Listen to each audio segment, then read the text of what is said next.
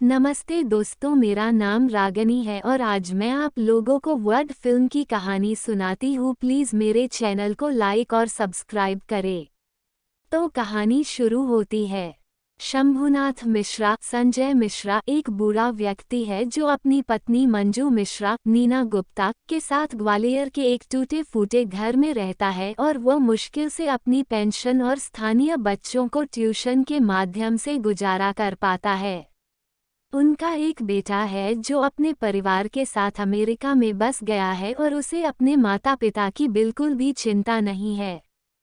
अपने बेटे को यूएसए भेजने के लिए शंभुनाथ ने एक बैंक और साहूकार प्रजापति पांडे सौरभ सचदेवा से अपना घर प्रजापति के पास गिरवी रखकर भारी कर्ज लिया। उनकी पेंशन से बैंक की ईएमआई स्वतः कट जाती है और कभी कभी वह प्रजापति को अपनी किश्त देने में कम पड़ जाते हैं। प्रजापति एक अपराधी होने के नाते शंभुनाथ का पूरा शोषण करता है। नैना एक चुलबुली स्कूल जाने वाली बच्ची है। मिश्रा परिवार के जीवन में खुशी का एकमात्र स्रोत है जिसका जीवन अन्यथा दुखद है। वह ट्यूशन के लिए उनके घर आती है। शक्ति सिंह मानव विज एक भ्रष्ट पुलिस वाला है जो प्रजापति के पेरोल पर है। हालांकि शक्ति अपनी बढ़ी हुई आपराधिक गतिविधियों के लिए अधिक रिश्वत की मांग करता है। प्रजापति नाराज है लेकिन उनके पास कोई विकल्प नहीं है क्योंकि वह स्थानीय विधायक दादा के लिए एक फ्रंटमैन है जो पर्दे के पीछे से आपराधिक गतिविधियों को संभाल रहे हैं। प्रजापति नहीं चाहते कि मामला दादा के पास जाए और उन्हें जल्दी से पुलिस वाले से निपटने का कोई तरीका सोचना होगा। वह शंभुनाथ के घर को बेचने का फैसला करता है और 2 दिनों में इसे खाली करने की धमकी देता है। जैसा कि वह ऐसा कर रहा है, वह नैना का शिकार करता है जो उसके घर पर पड़ रही है। शंभुनाथ शिकायत दर्ज करने के लिए पुलिस स्टेशन जाता है और प्रजापति को एक नाराज शक्ति के साथ बातचीत करते हुए पाता है। प्रजापति के जाने के बाद शंभुनाथ ने शक्ति से उनके मुद्दे को हल करने का अनुरोध किया, जिसे उन्होंने साफ मना कर दिया। बाद में रात में जब शंभुनाथ घर पर अकेला होता है तो प्रजापति आता है और उसके साथ मारपीट करता है। शांत होने के बाद वह शंभुनाथ से नैना को 1 घंटे के लिए लाने के लिए कहता है।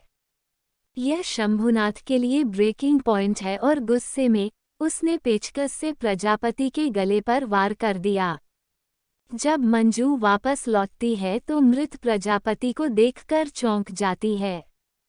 शंभुनाथ उसे शांत करते हैं और शरीर का निपटान करते हैं। सदमे और गुस्से से बाहर मंजू उसके साथ बोलना बंद कर देती है, लेकिन जब शक्ति जांच के लिए आती है तो वह सहयोग करती है। हालांकि जब प्रजापति की व्यथित पत्नी अपनी बेटी के साथ आती है और अपने पति के बारे में कोई जानकारी मांगती है तो वह टूट जाती है। अपराध बोध से बाहर शंभुनाथ पुलिस स्टेशन जाता है और कांस्टेबल को विस्तृत विवरण के साथ अपना अपराध कबूल करता है क्योंकि शक्ति कहीं और चली गई है, लेकिन कांस्टेबल इसे एक काल्पनिक अपराध पत्रिका से साजिश के रूप में खारिज कर देता है।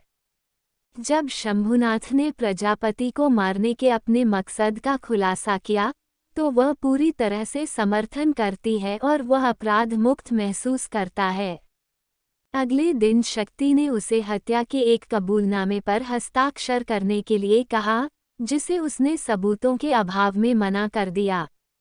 शक्ति बाद में पुलिस थाने के बाहर उससे मिलती है और उसे बताती है कि अगर वह उसे प्रजापति का फोन सौंप देता है तो वह हत्या के आरोपों से मुक्त हो जाएगा, जिससे शंभुनाथ फिर से मना कर देता है। जब वह घर पहुंचता है तो उसे प्रजापति का फोन मिलता है और वह उसके लिए चार्जर लेने जाता है और फोन की सामग्री की जांच करता है। लौटने पर वह देखता है कि दादा जबरदस्ती अपना घर खाली कर रहे हैं। एक तस्लीम के बाद दादा उसे अपना कर्ज चुकाने के लिए 3 दिन का समय देते हैं।